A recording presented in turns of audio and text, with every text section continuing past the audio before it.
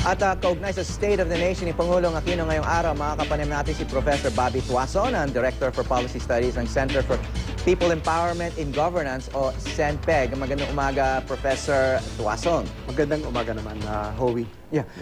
Alam natin na pinag-uusapan ngayon yung DAP, yung pork barrel, PDAF. Pero may danger ba na ino-overshadow nito ang yung iba pa nga malalaking problema at issue sa ating bansa? Well, hindi naman. Kasi yung halimbawa, yung mataas na malaking pagbagsak, halimbawa, nung trust rating kay President Aquino mula plus 50 or plus 60, bumagsak ng only about plus 20. Bagamat ang nag-trigger ng ganong low satisfactory rating ay yung issue ng pork barrel.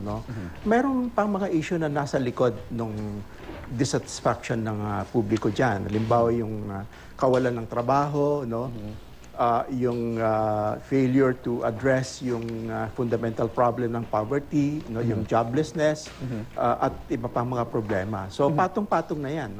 Okay, well, ang dami may mga talumpati na si Pangulong Aquino tungkol dyan. Nagsalita na rin yung Supreme Court. Alam natin may motion for reconsideration naman yung Aquino administration dyan. But do you think he still has to explain himself dito sa SONA, sa tingin nyo?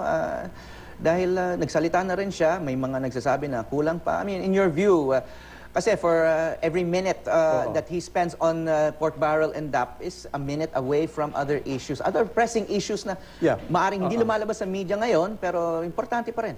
Yung so-called honeymoon kasi ni President Noynoy sa bansa ay tapos na yan. Matagal nang tapos.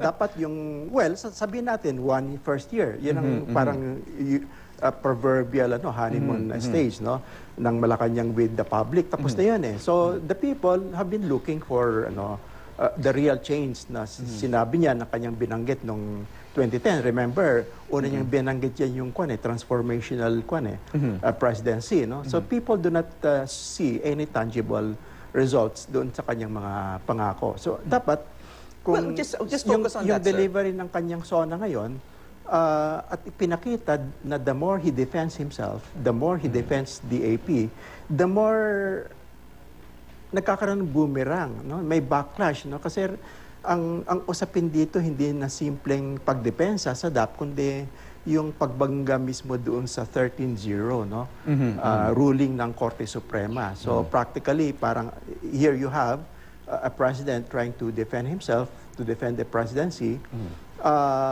confrontationally. So yung mode ng kanyang defense ay confrontational.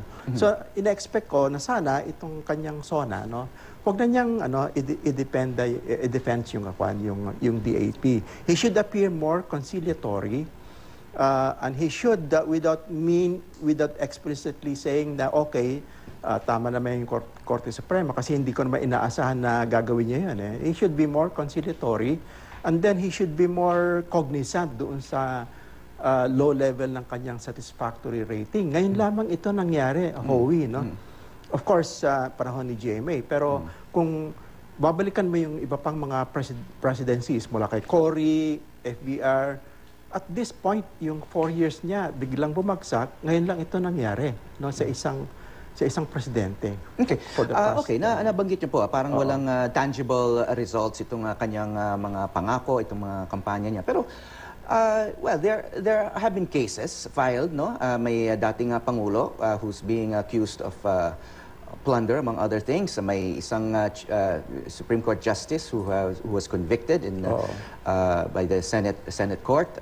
There are several senators and others who are being detained now. Well, I mean, wouldn't you say na tangible results yon in terms of an anti-corruption campaign? Kasi isa yan sa isang pinakamahalagang pangako ng Pangulo nung nagkampanya siya na hahabulin niya yung mga corrupt. I mean, wouldn't you say na hinahabol niya yung mga ibang corrupt? Those are good, those are good, shall we say, initial accomplishments in terms nung pag-address niya doon sa kanyang pangako tungkol sa laban sa korupsyon. Pero ang kabilang mensahe ng kanyang ginagawa ay it was political. It was political vindictiveness. Bakit? Kasi hanggang ngayon hindi niya ipinapakita na ang paglaban sa korupsyon ay hindi lamang sa pagpa-file ng mga kaso, kundi yung pagreforma sa kabuuang institusyon, no, ng gobyerno na kung saan mababawasan kung hindi man matatapos na, no, mateterminate na itong systemic corruption. Hanggang ngayon wala siyang pinapakita na institutional reform sa gobyerno laban sa corruption. What he has done so far is to through the DOJ, NBI to file, prosecute and make arrest, no. Pero hindi yan that's not the whole of it, no. Hindi yan kabuuang istorya pagdating sa institutional reform, no. Okay, I mean, if I may just play a little devil's advocate here. Kasi parang ang lumalabas, parang he's damned if he does, he's damned if he doesn't. Kasi nga, kung hindi, sinasabi nyo na kahit kinasuhan niya itong mga, yung dating Pangulo, mga senador, wala pa rin, hindi pa rin yung tunay na reforma. Pero kung hindi naman niya ginawa yun, you and perhaps other sectors would also be condemning him for not taking action. But remember, Howie, doon sa kanyang first stage ng kanyang presidency noong 2010, the first steps that he did was to prioritize the bill of PDAF, no? Yung PDAF, which is a source of pork barrel. And then after that, gumawa siya ng DAP. So he was actually sending a wrong message by encouraging and distributing yung pork barrel. So ano yun, contradictory yan doon sa kanyang pangako ng tuwid na daan, ano? Okay. So it was a wrong message. At alam mo ang tao kasi ano sila, no? Very sensitive, no? Pangulo yan, SONA yan. So sensitive sila sa kanyang mga sinasabi at yung mga ginagawa. But the moment they see a different thing happening, tapos na yung kanyang credibility as president. Okay, he's not even a president for reform. Na hindi siya reformer on that note. Well, speaking of PDAF and pork barrel, I mean, in a way, parang moot na yan and water under the bridge. It's been declared unconstitutional by the Supreme Court. Which, in a way, one could say na the Supreme Court has been showing a certain degree of independence, partly because maybe he has appointed new justices there who even dare to go against the president who appointed them. So, wouldn't that be a form of reform?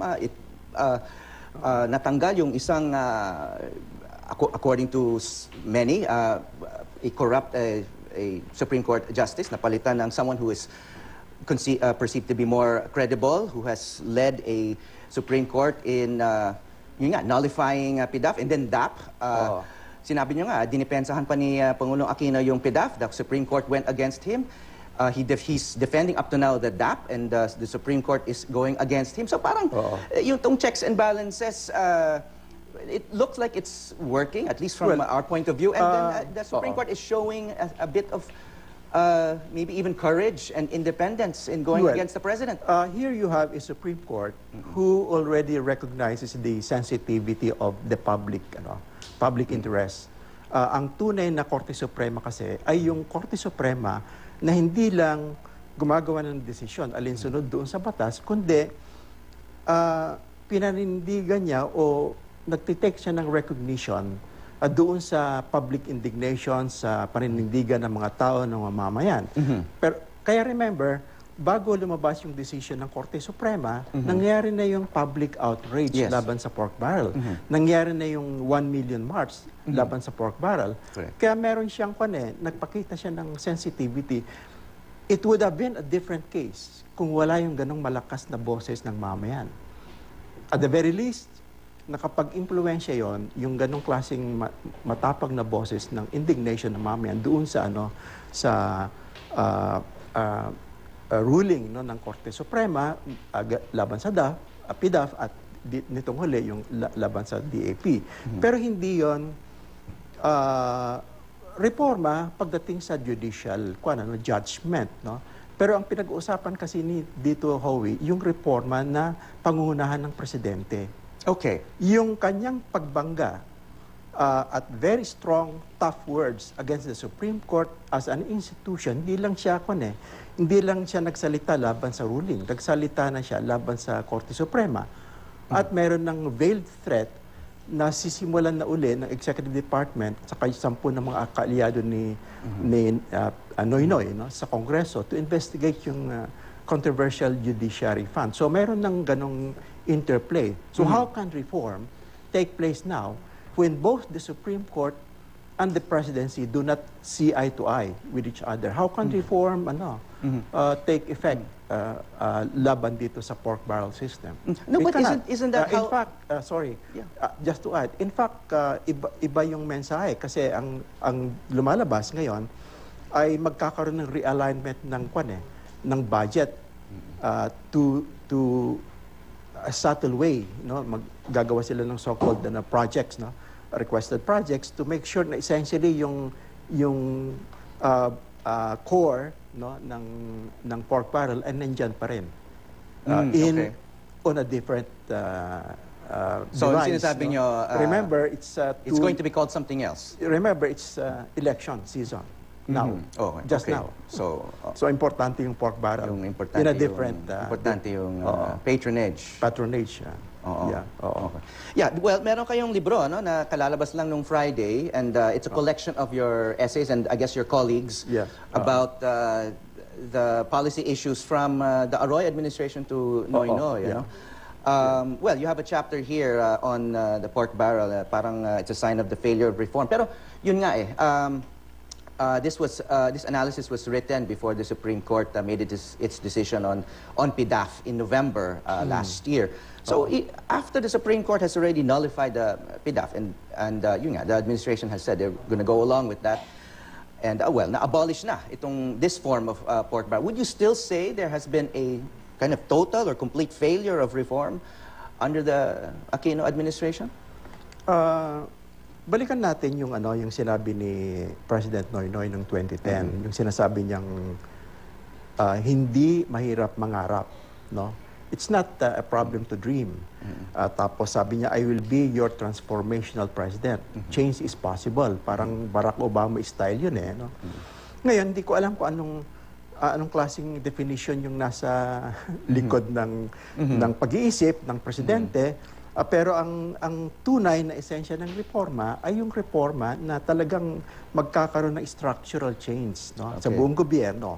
Remember na sa amin o sa aking pagtingin, ang presidency kasi hindi lang yung usapin ng sino yung presidente, sino yung nakaupo sa Malacanang. Usapin din yan bilang isang institution.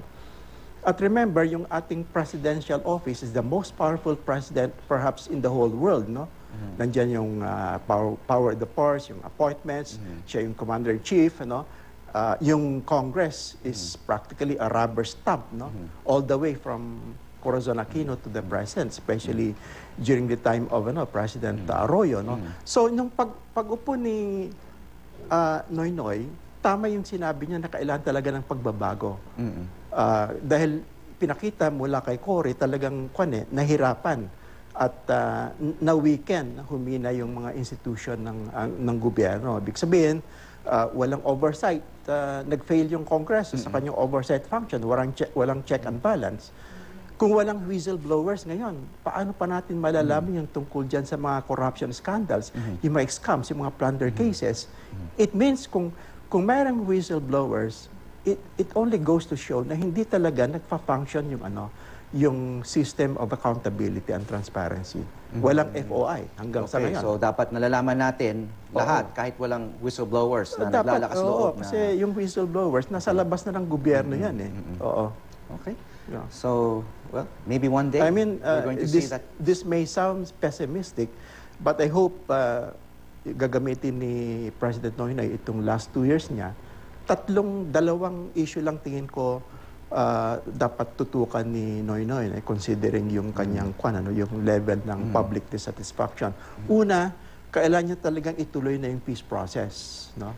At ito ay nagkakaroon ng problema yung peace process with the MLF kasi nagkakaroon ng policy differences sa panig ng MLF at saka yung GPH at saka syempre magiging very contentious issue yung Bangsamoro law, no?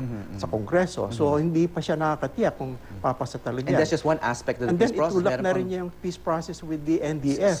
The CPP-NPA. With the NDA. Nagsalita na yung hindi masyadong gumagalaw. Nagsalita na yung simbahan, nagsalita na yung maraming mga obismo, mga Catholic bishops, Protestant, na dapat ituloy na yung peace process. Palagay palagay ko kailangan niyang tutukan at sana mabanggit niya itong pagtulak ng peace process sa kanyang SONA. So his agenda for the last 2 years is still very, very full. Kahit mag-concentrate lang siya sa 2 o 3 major measures, policy measures. And you might change your mind about him.